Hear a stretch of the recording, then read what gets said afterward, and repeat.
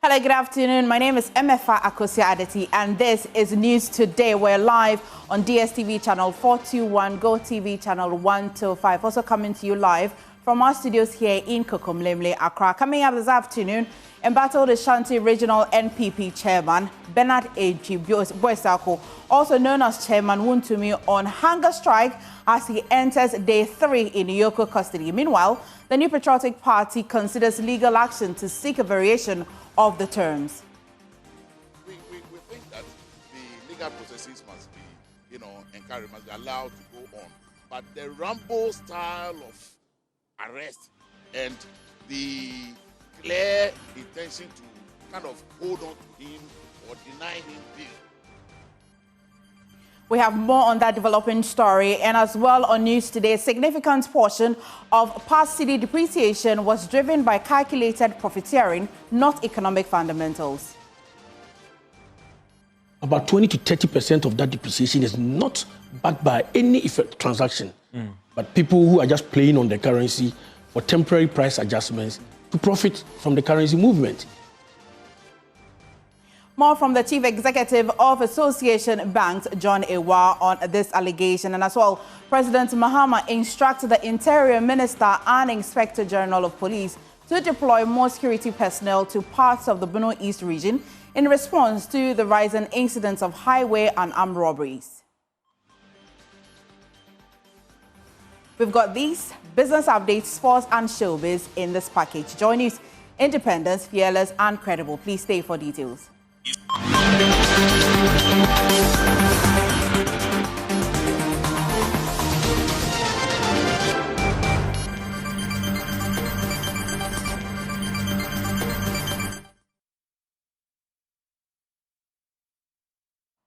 Many thanks for staying with us this afternoon. First, the embattled Ashanti region chairman of the NPP, Bernard Boisako, known as Chairman Wontumi, is on hunger strike. The revelation was made by Anodompre, a leading NPP MP. It's been 4 days since the arrest of Bernard Boisako, popularly known as Chairman Wontumi, and he remains in the custody of the Economic and Organized Crime Office, what you know as EOCO, after failing to meet his bail conditions. The embattled Ashanti regional chairman of the NPP was granted bail on Wednesday night to the tune of 50 million cedis with 2 sureties to be justified, following interrogations of allegations of fraud, money laundering, and other financial crimes. More than 48 hours since the bail was granted, his legal team is still working around the clock to satisfy the full conditions. We'll take you now live to EOCO headquarters shortly, but first, here is what's transpired on Thursday when the minority parliament took to the streets to demand his release.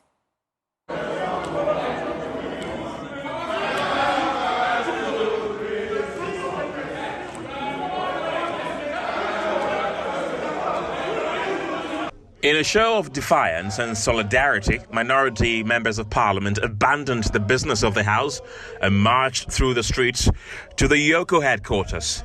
The protest follows the arrest and detention of Chairman Wontumi, who was picked up by EOCO after reporting to the CID. He faces allegations of causing financial loss to the state. Though he was granted bail of 50 million cedis with 2 sureties, both to be justified, he remains in custody, unable to meet the full conditions. With all I will, and fight forevermore. And have my stories, this oppressors. With all I will, and fight forevermore. Second Deputy Minority Chief Whip, Jerry Ahmed Shaib, questioned the legality of keeping Wontumi in custody beyond 48 hours. We are not against accountability. What we are against is the breaches. How do you keep someone under custody for more than 48 hours without allowing the person to go through due process? Why would we want to do this? Why is it persecution or prosecution? What is it that we are looking for as a unit, as Ghana? Are we thinking of proper governance, or we are just thinking of going after people? The disregard for Article 14, the disregard for Article 296, it's just worrisome, and we need to step up now. The MPs arrived at EOCO headquarters hoping to be heard, but the agency's gates remained shut. No official came forward. Well, we are making that arrangement through you, because from Parliament we came here. So far, nobody has made himself available. Yes. That's what I'm talking to. Yes, please. Grateful. Yes, sir. Oh, I just see the MPs sitting on the floor as part of the grievances. What followed was a rare sight. Elected lawmakers sitting on the road, staging a silent civil protest. A gesture, they say, speaks to the urgency and injustice of the moment. Headquarters, in a Rambo style, he's arrested. You interrogate him, he makes himself available. Your next thing is that go and bring title property worth 50 million cedis. What kind of country are we in? Have they looked at the constitution? They should vary the bill term. The man is unwell. He's in their custody. They know. But the standoff continued with no audience granted by EOCO. As tensions simmered on the road, so did emotions in a growing crowd nearby. May I came to observe things. And this was making a blind argument. Because they've given a person, because to his lawyer, they've given him bail. This is. Meanwhile, the Greater Accra Regional Chairman of the NPP, Divine Agahom, says the party is considering legal action to seek a variation of the bail conditions. He spoke a short while ago to my colleague James Aveji at EOCO headquarters. Attention appears to be on Wontumi now, and nobody is talking. You, the media, you are not talking about, what happened, as against a vow that a black one made, that, should they do that in their time, he will resign. And nobody is putting pressure on him to resign, because now every attention has shifted to Wontumi's arrest and all that. So we think it's a strategic move that they've done, in my view, and it appears to be working for them. But for now, our interest is to get our guy out of, their place. And do you have any information on the activities the minority caucus in Parliament have started yesterday? They left indicating to us that they'll be back here this morning. Is the minority leadership also there? Do you have any indication when they will be coming? They will be coming. We are waiting for them. They are not yet here. That's why we are here. That's why we are here. For me, the gentleman in question is cooperating with the law enforcement agency, and we should have just allowed that. Because he's not running away. The question everybody is asking is that CID invited him, and he came. He's been here. He's cooperating with them. Then granting him bail and picking him again. I mean, you look at it, this thing, we need to stop. Because NDC will not be in power forever. It will change. And we are not expecting that should MPP come tomorrow, which is very likely, we should also do the same thing. Do you understand?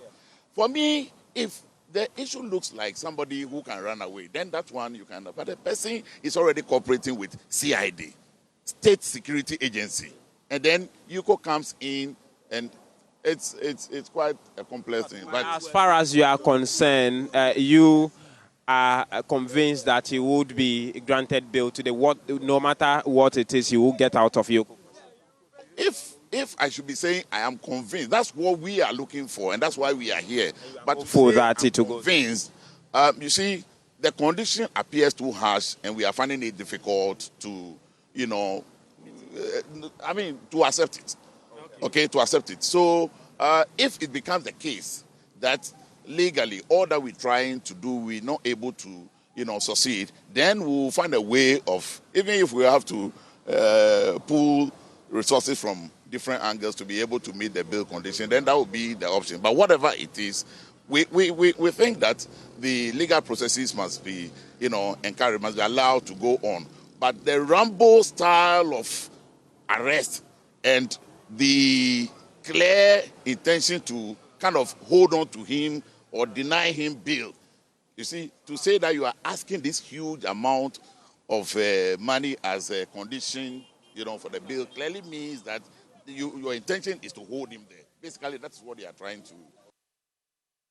And I'll take you live to EOCO headquarters, where my colleague James Aveji is on standby, because we're learning there's been some progress in securing the second surety. James, what more can you tell us?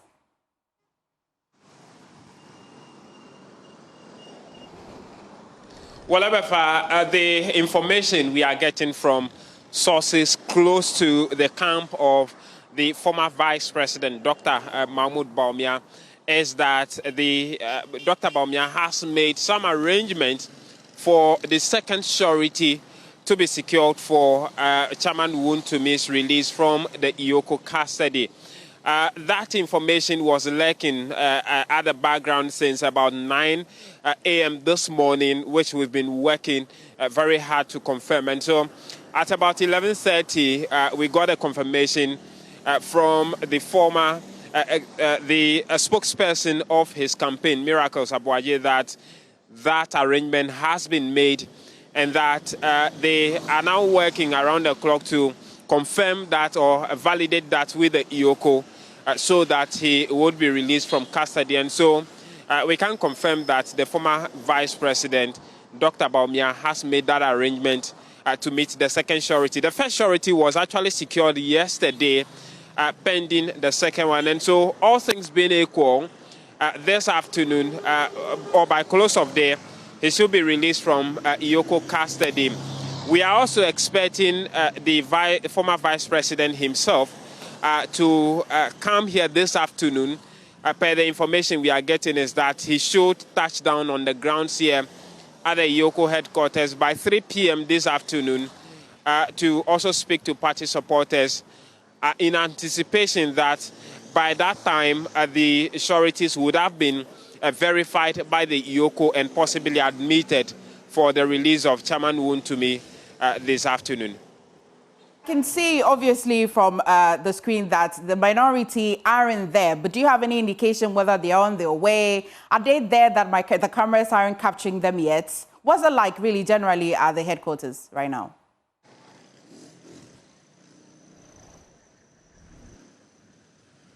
Well, life is calm here. Earlier, we had a handful of the party supporters standing at the edge of the road, right opposite the EOCO entrance. But as we speak, because of the intensity of the sun, a number of them, you see some of them sitting under the shade there. Others have also gone to the station to seek some respite under the shades. Usually in the morning and noon like this, the numbers are not huge until some members, leaders of the party come in, and then you see the numbers trooping in. And so we expect the place to get busy. The minority, when they left here yesterday, the message was clear that they are going back to Parliament and that they will not be partaking in any parliamentary proceedings until Chairman Wontumi is released out of EOCO custody. But the information I picked from Parliament indicates that they have made their way to the chamber this morning. As we speak, it is unclear when they will be coming here. But going by what they told us yesterday, they should be here today as well to continue their protest. But if the information we are getting also from the camp of Dr. Bawumia is anything to go by, that would mean that they may come here, but we may not see the sit-down protest we saw yesterday, where all of them, including the leaders, Apanyo Makin, as well as Madam Patricia Apieje, were all sitting on the bare floor of the road where the two sides of the road had been blocked yesterday. We may not see that if the information about the second surety is anything to go by, then they may come and wait for Chairman Wontumi to be released from the EOCO custody. And so that's what we have now as we speak. So we're waiting, monitoring that, and keep our listeners and viewers updated on what the proceedings will be from now. James, thank you so much. And exactly what James said, they promised to boycott proceedings of Parliament and not participate in any business of the House until NPP's Ashanti Regional Chairman, Bernard Enchiboesiako, is released from EOCO custody. But barely 24 hours after that undertaking, NPP MPs have returned to the floor. Chairman Wontumi has not been released and still in EOCO custody. Parliamentary Affairs correspondent Kweku Asante joins us with more. Kweku, has any explanation been offered as to why the NPP MPs are back? Well, not at the moment. Sitting has started quite about half an hour ago. A number of the NPP leadership are currently on the floor. In fact, just before I stepped out for the Zoom call, the Minority Chief Whip, Frank Anodonpre, was on the floor together with Habib Idrisu and a number of NPP MPs, dozens of them who are all seated with parliamentary business currently ongoing and transactions being undertaken. They have not given us any word as to why exactly they are here despite that undertaking. We try to speak to some of the backbenchers, some of the ordinary members of parliament on the minority side. They've directed us to their leadership who gave them that directive on that matter. And so they have not been able to give us any word as to why exactly they are on the floor despite that undertaking. And with Chairman Wontumi still behind custody, the bill conditions not having been met. So MFA, business is going on as usual. It has not been raised on the floor. It has not been raised outside of the floor. And Chairman Wontumi, having not been released, it appears the MPP MPs have taken a little of a back step or reneged on that undertaking they made. We can't confirm or deny, but they are here in Parliament doing business despite that clear undertaking that they will be back at EOCO with testing until Chairman Wontumi is released. Well, Kwaku, beyond the NPP minority in Parliament today, what's today's usual business in Parliament? Well, just gone by, the business statement has been presented by the Majority Leader Mahama Yarega, setting out the business that will be done next week when the House resumes. And just when I was stepping out, MPs were asking questions and seeking clarifications. Habib Idrisu was questioning the Majority Leader on why the government has declared only a single holiday for next week, Eid al-Adha, because they say the president did promise that he will make 2 holidays for the Muslim festivities. But the Majority Leader has been explaining that the promise for 2 holidays for Eid was specific only to Eid al-Fitr, the celebration that comes with the 30 days of Ramadan, and did not extend to this Eid al-Adha. So he has offered that explanation, and that is why government has announced a single holiday. Okay. Today being a Friday, we don't expect a very heavy business. There are a few papers to be laid, and then the House will take an adjournment to next week, Tuesday. Thank you, Kweku. Now, away from Parliament, Andy Owusu, the second accused in the criminal case involving former presidential staffer Charles Bisu, has initiated plea bargain talks with the Office of the Special Prosecutor. Owusu, who serves as a special aide to the Ashanti Regional NPP Chairman Bernard Enchiboesiako, also known as Chairman Wontumi, has formally indicated his intention to enter into the agreement with the prosecution. Now, Michael Ashali joins me via Zoom and brings us more on that. Michael, what more does the new alert on the OSP's X page say? Well, the OSC tells us that at a case management conference that was held on Wednesday, state prosecutors informed the court that discussions on the plea arrangement were in progress and that the formal notice to that effect has also been filed. Now, it says that should the proposed plea arrangement or agreement be accepted by the court, it will enable the OSP focus largely all their efforts into the case against the first accused person, and that Andy Owusu, I beg your pardon, will be treated separately. And the conclusion says that the court subsequently adjourned the matter on 4th of June 2025 to allow time for the finalization of the plea negotiations.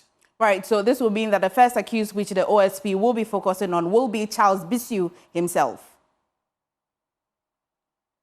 Yeah.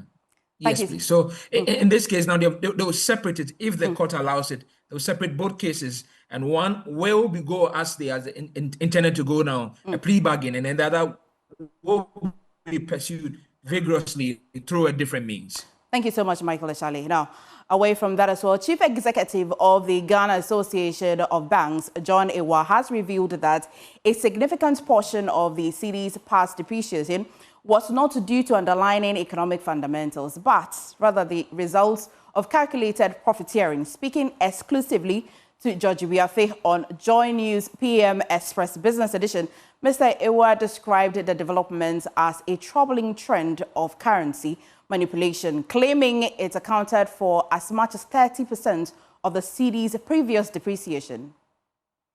So if there was depreciation, I think you even captured it on your website. About 20 to 30% of that depreciation is not backed by any effect transaction, but people who are just playing on the currency for temporary price adjustments to profit from the currency movement. If currency is able to hold its own, what you are doing is making that trade unattractive.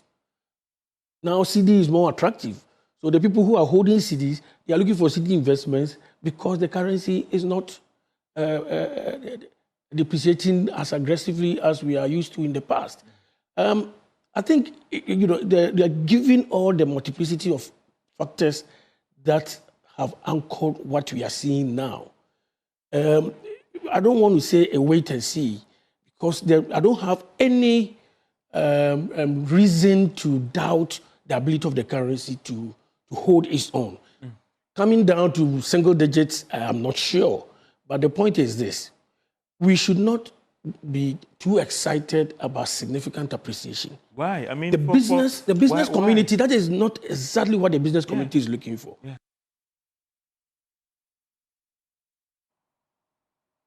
Meanwhile, at one of Accra's busiest trading centers, Kantamanto Market, traders are pushing back against calls to reduce prices of goods. They argue that the recent appreciation of the cedi has yet to reflect in wholesale prices or import duties, making price cuts unsustainable and potentially damaging to their businesses.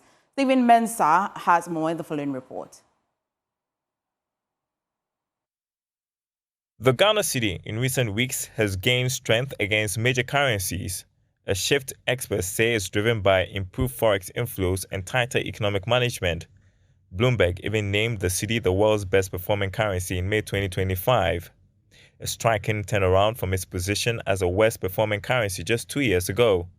President Mahama urged traders to pass on the benefits of the stronger cedi to consumers by reducing prices of goods. Let me take the opportunity to commend those of you who have responded to the cedi's appreciation by reducing prices of your products and services, and thereby passing some of the relief from the hardship to Ghanaians. For those of you who have not responded yet, please pass on some of the cedi appreciation to Ghanaians. The Ghana Union of Traders Association, led by Joseph Obeng, followed with a nationwide call for traders to lower their prices as well. We have to show good faith to the consuming public. The business that we do, we don't do it in isolation. We do it with the consuming public.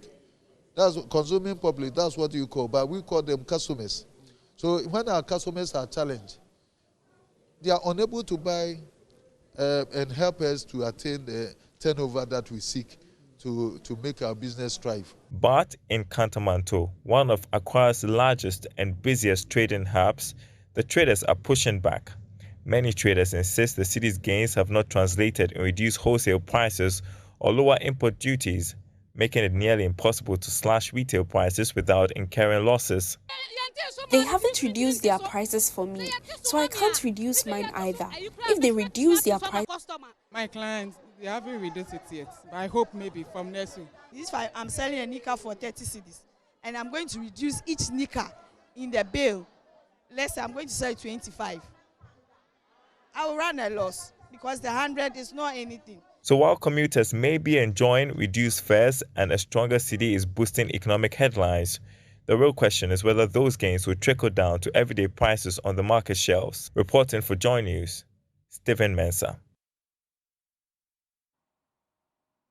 You're watching news today. Let's get some news updates from our regional correspondents. Now, Inatalia Kwanza is in the Western region, where Regional Minister Joseph Nelson has ordered Ghana Water Company to urgently demarcate the Daboase treatment plant buffer zones and halt activities within them. The move aims to protect the 70 million euros water expansion project, which will supply 22 million gallons per day to Sekondi, Takoradi and surrounding communities from encroachment by landowners claiming ignorance.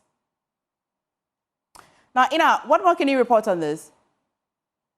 Yes, MFA. So just like you rightly said, the issue of illegal mining has made it very difficult for the Ghana Water Company to supply adequate water for people in Sekondi, Takoradi, and then to extension other parts of the Western region. For instance, the Daboase water intake plant, originally in the 1990s when it was built, it was supposed to supply 600 million gallons of water together with the Intraban water intake plant, which was also supposed to supply 400 million gallons, which means we are talking about 10 million gallons of water supply to people of Sekondi, Takoradi. But as at now, they can only supply 16,000. You can 16,000 gallons. So you can imagine the reduction. And then even with this, there are parts of the Sekondi Takoradi, district that for 5 months, 6 months, some people even a year, they do not get access to water. And all this is because of activities of illegal mining on the Pra River. And then Western issues is now the encroachment by landowners who claim that they do know that place is a buffer zone. So even though there is an expansion, if the directive of the Western Regional Minister is not taken, meaning it is going to become very difficult in the years to come for people of Sekondi, Takoradi, and then extension, the Western region to get adequate water in their homes. Thank you so much, Natalia. Now, let's go to the Savannah region, where the Savannah region, covering about 3/4 of Ghana's landmass, is largely agricultural, with only one rain-fed season. Many peasant farmers say high tractor service cost the herdsmen activities are threatening their livelihoods. Isaac Nonya, our correspondent in the Savannah region, joins me via Zoom with more. Can you provide specific examples or, testimonies from farmers about how the high cost of tractor services and herdsmen activities are affecting their crop yields?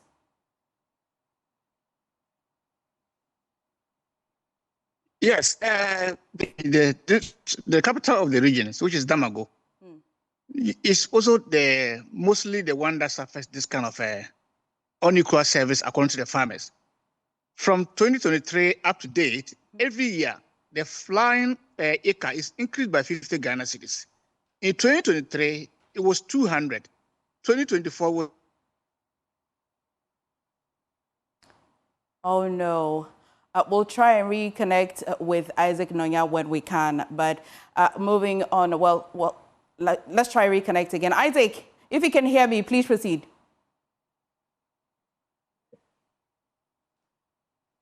Yes, I can hear you. Go on. Are you with me? Yes, I'm with you. We all are with you. Are Go you on. with me, please? Yes. Yes. Yes. No, unfortunately, the network would not help that. But Upper West Regional Minister, lawyer Charles Langa Puzion, has expressed worry over the increasing rate of drug abuse in the Upper West region, particularly among youth. Speaking at the inauguration of a 15-member task force to deal with the menace, he averred that the issue of illicit drug usage is no longer remote, but present, persistent, and predatory, calling on members of the committee to work diligently to deal with it. Let us not be deluded ourselves. The menace of illicit drug use is no longer remote. It is present, persistent, and predatory. It is at our bus station terminals, within our homes, and sadly, even our school compounds. The Upper West region is not spared, and therefore we must not be silent. We must rise, resist, and reclaim our youth and region. This brings me to the terms of reference of this task force. I urge all members to take these guidelines not as routine directives, but a moral compass. First, we must collaborate across agencies and institutions to identify, apprehend, and prosecute dealers, transporters, distributors, and users of illicit drugs. Second, the task force is empowered to co-opt any person, organization, or institution to assist in this critical fight. We are happy to say that today is the historic day, that this inauguration is one of the things that will help to fight the drug abuse in the region. And then on behalf of all, we will say we are ready to see to the fight, and that will go to all length to make sure that what we have set out to do will come to fruition. Now, more news from our correspondent. Now, from conflicts between commuters and transport operators over fares, major fire incidents to the Kumasi decongestion exercise, Clinton Yeboah is joining us with a wrap of happenings in the Ashanti region. Clinton, bring us up to speed.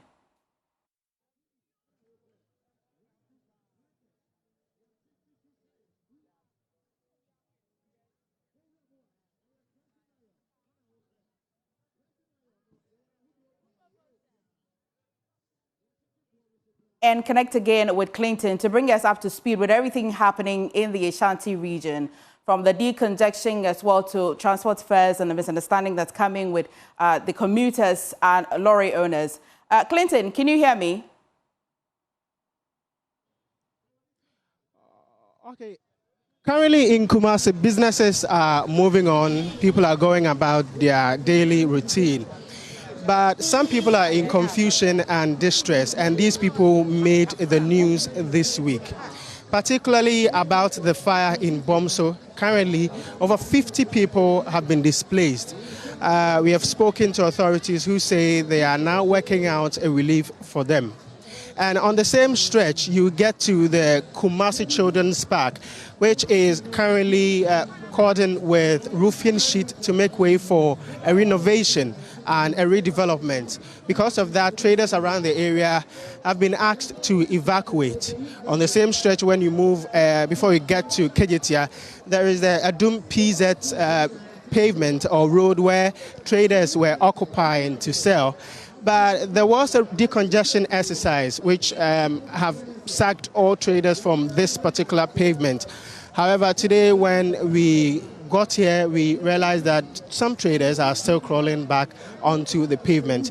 I would engage some traders to find out why the situation is so and why they are refusing to leave. Mami, enche na ke me ba say muntum free her. So yes say who say I said ready for movie back on him didn't ya? Epacho, sisi Central Market yenwie. Ana to rencha masato yen. Echire wo nyina hye. E wona na yetetare kakra.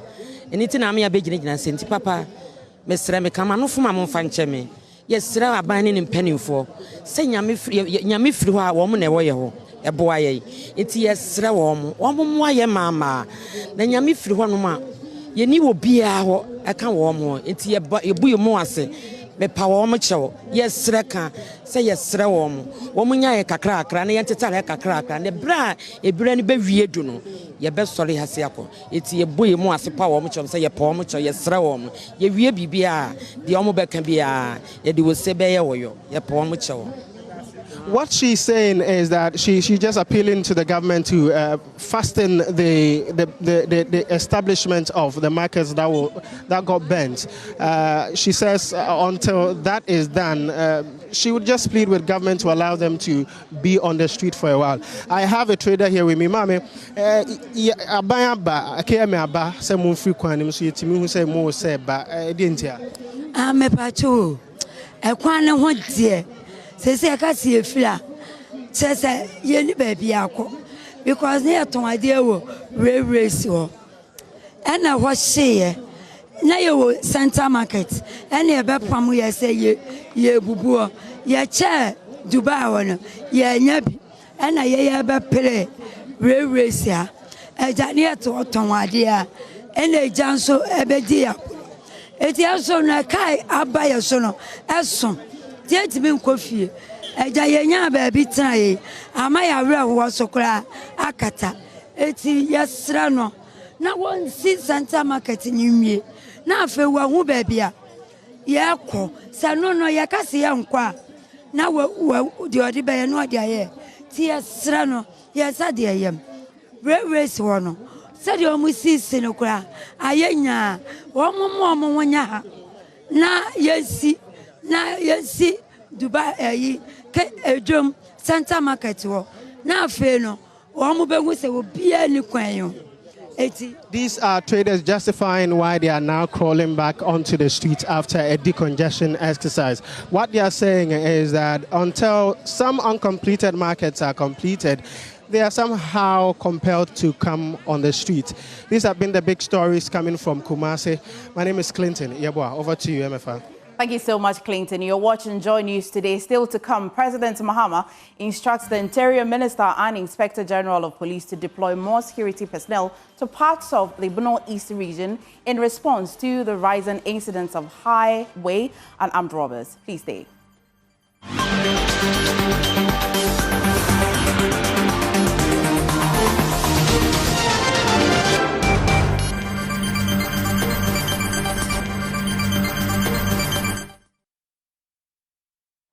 Welcome back to Business here on Joy News today. My name is Winston Taki, and out of first business story. Bloomberg analysis has shown that Ghana's dollar-denominated bonds delivered 8.7% in total returns in May this year, outperforming the average return of 0.4% for emerging markets or developing countries. Bloomberg further predicts that Ghana is on track to reduce its debt as a percentage of GDP below 55% target set by the International Monetary Fund, with Barclays PLC also predicting that government will hit the target this year. The following report has more. According to Bloomberg, Ghana, which defaulted 3 years ago, is on track to hand investors the best dollar bond returns in emerging markets this month amid mounting confidence in the government's handling of the economy. It said dollar-denominated bonds for gold and cocoa for the country delivered 8.7% in total returns this month, well above the average return of 0.4% for emerging markets in the period. Bloomberg analysis showed that climbing gold exports, trade surpluses, and slowing inflation helped Ghana's currency and bonds to bounce back after the country defaulted on its debt and sought help from the International Monetary Fund in 2022. It added that Ghana is on track to reduce its debt as a percentage of gross domestic product below a 55% target set by the IMF. Meanwhile, Barclays PLC says it sees the government hitting the target this year, 3 years ahead of the IMF deadline of 2028. In other developments, new president of the African Development Bank, Sidi Altar, is poised to consolidate the bank's financial capacity and reforming Africa's financial architecture. The Mauritanian beat 4 other candidates after 3 rounds of voting and now paving way for him to lead one of Africa's largest financial institutions. Blessed Sugar has more. Well, so as you can see just behind me, a lot of jubilation happening here in the auditorium of Hotel Ivoire, where that moment that Africa has been waiting for has finally been confirmed. The long-term, one-time finance minister of Mauritania, Sidi Outa, has now been confirmed as the new president of the Africa Development Bank. He's now going to be taking over from Nigeria's Kinwumi Additional, who is, of course, receding and ending his tenure of office.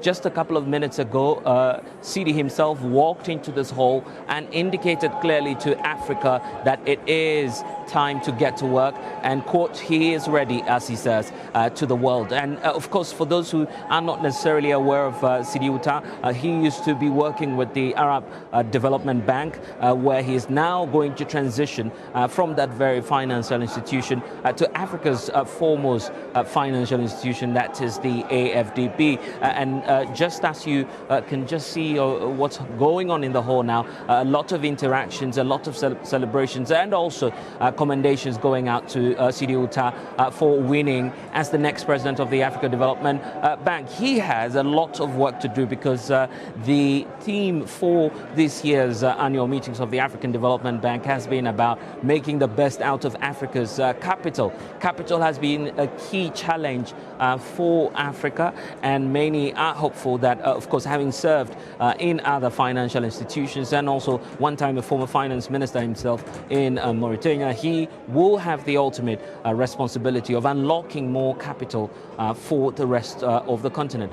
He's been speaking a while ago. We can take a listen to his readiness and also what he says is time for Africa to get to work.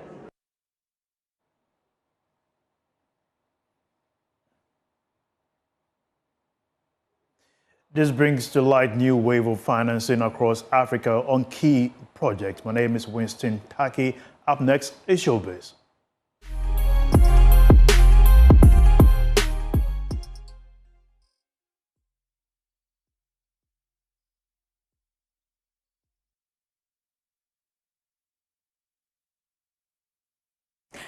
Hello there, good afternoon. You're welcome to the Showbiz segments with me, Jacqueline and Suma Yabwa. To our first story for today, the German embassy in Accra hosted a colorful night of music and celebration to mark the 836th anniversary of the Port of Hamburg. But the biggest moments came when Ambassador Daniel Krul announced he'll be leaving Ghana after 4 years. The event doubled as a farewell and Ghana's music stars gave him a send-off to remember. My colleague Nicholas Ekoyamwa has more in the following report.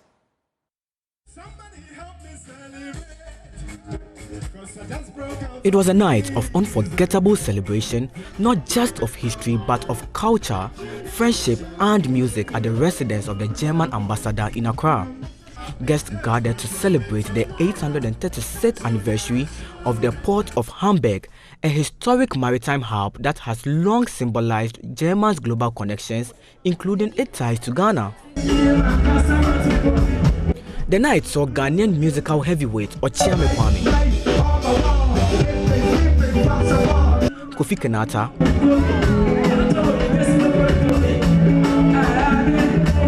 Abochi,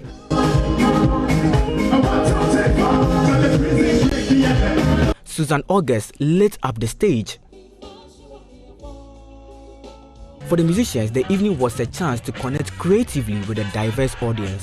I almost cried on stage when I sang Madame Fopabeko. He's such an amazing, he's very simple, he's very intelligent, he's very helpful, and he's so unassuming, so it breaks my heart. But I know wherever he is, we are still going to stay in contact and do all the great things that we are doing together. First of all, it feels amazing. Performing in front of diplomats and in honor of the ambassador for Germany. So it's a big platform for me, I think. And a big shout out to Solibet for making this happen. Yeah, I feel amazed. And it was amazing. I love performing. The stage is my playground, so I had a good time and I enjoyed the vibes, the good energy in the crowd, yes. But then came the surprise. A farewell to Ambassador Daniel Koo, whose 4-year tenure in Ghana was marked by strong cultural diplomacy and a deep respect for Ghanaian traditions. Odo, time to look ahead. If you ask me, Borga, where are you going? I will answer Ghanaian style. God's ways are mysterious. It is not on us to fathom them. Borga must go, though. Time to look ahead. I might be sent to a bigger country, much bigger than beautiful Ghana. What started as a celebration of Hamburg's history became a heartfelt goodbye the Ghanaian way, full of rhythm, smiles, and gratitude. Nicholas Ekoyama's report for Joy News. Well, we would all miss him though. And to our next story, imagine working for a boss so powerful, so unpredictable that you couldn't even say no to his sexual demands. That's the chilling story of a woman referred to as Mia, shared in a New York court, accusing music mogul Sean Diddy Combs of years of sexual assault, fear and violence. Mia told the court she lived in constant fear of being hurt, fear of what might happen if she ever spoke out. She says she worked for Diddy for 8 years, always in his shadow, anticipating his moods, and even sleeping in his homes where she couldn't lock the doors or leave without his say-so. She described a volatile boss who once held a bowl of spaghetti at her and on another occasion threw a laptop at her head when the Wi-Fi wasn't working. Mia also spoke of a terrifying night in the Caribbean where she and Diddy's ex-girlfriend Cassie Ventura ran into the ocean on a paddleboard to escape his rage, choosing stormy seas over staying with Puff. Mia says the assaults began early in her time working for Diddy, including one harrowing night at his 40th birthday party when he gave her vodka, kissed her, and put his hand up her dress. She says another time she woke up to Diddy on top of her, allegedly raping her. Diddy has pleaded not guilty to charges of racketeering, sex trafficking, and more. His lawyers are yet to cross-examine Mia. She is set to return to the stand on Friday while Diddy's team gears up for a response. As the world watches, the question looms: what really happened behind the velvet robes of the music industry's A-list? Jacqueline and Somaya Boy's report, read to you. On that note, is a wrap for the Showbiz segment with me, Jacqueline and Sumaya Boa. For more Showbiz stories, you can find it on myjoyonline.com. Sports is up next.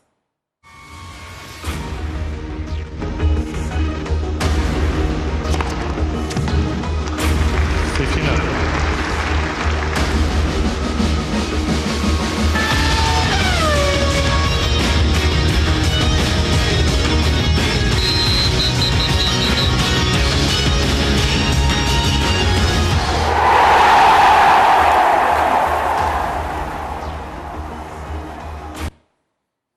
We bring you sports now on Joy News today with me, Muftau Nabila Abdullahi. The Ministry of Sports and Recreation has settled all areas owed Black Stars coaches dating back to 2020. Joy Sports understands that about $904,000 was paid to about 11 coaches who have taken care of the national team. And on your screen, you can see Chris Hilton. He was paid about $68,000. He was head coach of the Black Stars until January 2023, when he was sacked after Ghana's failure to qualify to the next phase of the African Cup of Nations. George Boateng, he received a little over $30,000 as assistant coach, while Didi Dramani received about $23,000. CK Akono, he received the highest of about $120,000, but we understand he still has some issues with the Ghana Football Association. In fact, CK Akono was sacked about 4 years ago, and he was replaced by Milovan Raivat. For Milovan Raivat, it was the Ghana Football Association that paid his severance package after he went to FIFA. David Duncan received about $40,000 for his role as an assistant coach between 2020 and 2021. Maxwell Konedu received $30,000 as an assistant coach to Milovan Raivat. And the current coach, Otto Addo, he was owed from October. It means about 8 months. We understand he received a little over $420,000 as arrears. So he's still due April and May monthly salary. And then Joseph Lawman, he got about $60,000.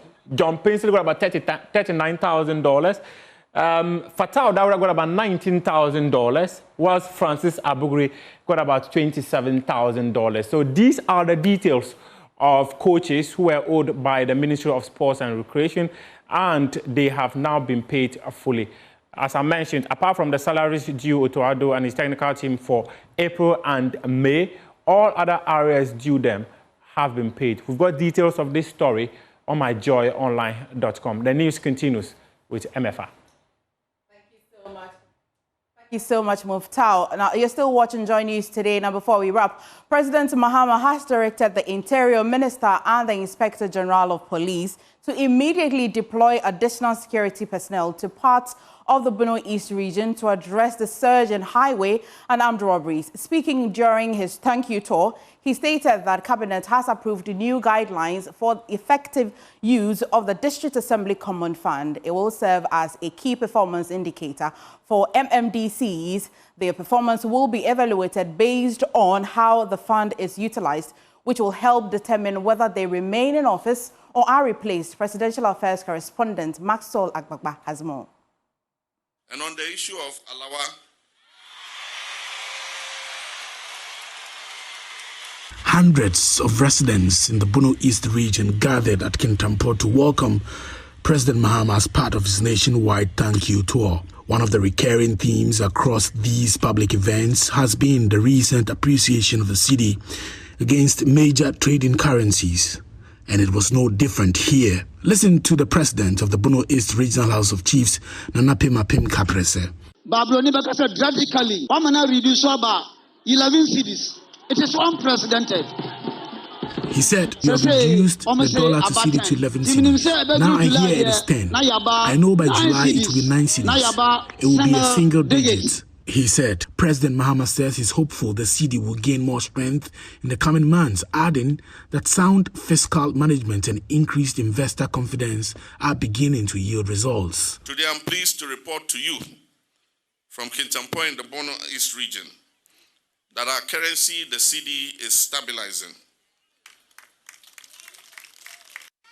Inflation is gradually declining, Investor confidence in our economy is returning. On governance, the president announced a performance-based evaluation for metropolitan, municipal and district chief executives. He said their performance will now be closely tied to how effectively they utilize the District Assembly Common Fund. The Minister of Finance is about to release the first quarter of the District Assembly's Common Fund. And as I said, and the Minister said, 80% of the money accruing in the fund is going to go directly to the regions for you to decide how to use it. So MMDCs, you have no excuse. You are going to get your full money. We're sending you the guidelines. Cabinet approved it at the last cabinet meeting to show you how the money has to be disbursed. And we're going to use it as your key performance indicators. Every year we will see what you've done with the District Assembly's Common Fund, and based on that, we'll decide whether you stay or you go. President Mahama also addressed the recent surge in highway and armed robberies in parts of the Bono East region. He directed the Interior Minister and the Inspector General of Police to deploy additional security personnel immediately to restore calm and ensure the safety of commuters and residents. We are aware of the challenges in the eastern corridor of Bono East, particularly around the Atebubu and Manteng area, Sene East and West, and the Pru districts.